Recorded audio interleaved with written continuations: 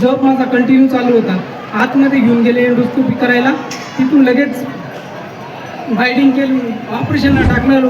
बीपीच वाढत नव्हती आणि 8 सलाया बाबाजी रक्ताच्या 8 पिशव्या दिल्या आणि रक्तच वाढत नव्हतं आणि बीपी पण वाढत नव्हती. त्यांनी ऑपरेशनमधून परत बाहेर आणलं, परत रात्रभर हे केलं, सगळं रक्त दिलं. परत दुसऱ्या दिवशी 11 वाजता अजून ठरवलं त्यांनी, परत भूल दिली. भूल दिल्यानंतर मग ते माझं हे पण सुचतच नव्हतं, म्हणजे याच्यातच नव्हतं, ते भूलमध्ये होतं. ते पप्पा सांगायचे मला नंतर. मग ते असताना मग त्यांनी ऑपरेशन केलं, ते केलं. मला लगेच बेडवर टाकलं.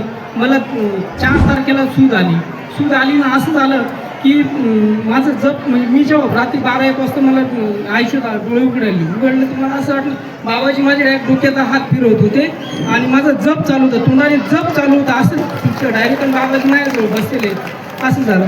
तिथून निघालो. त्यांनी असं सांगितलं होतं की याला म्हणजे कुठंच हालू द्यायचं नाही.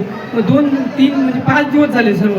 5 दिवसानंतर तापच उतरत नव्हता, ताप उतरायचा नाही. मग त्यांनी भरपूर गोळी द्यायची आणि त्यामुळे असं म्हणायचं की ते एक जास्त पावरची गोळी पण देता नाही येणार. त्या ऑपरेशन ते ओलं आहे बघ, त्याला कुठलीच गोळी चालणार नाही. फक्त एक इंजेक्शन द्यायचं, थोडं डोकं पण दुखायचं. मग मला बाबाजींना फोन करायचं होतं, वैभव दादा इथं कशाला काम होतं.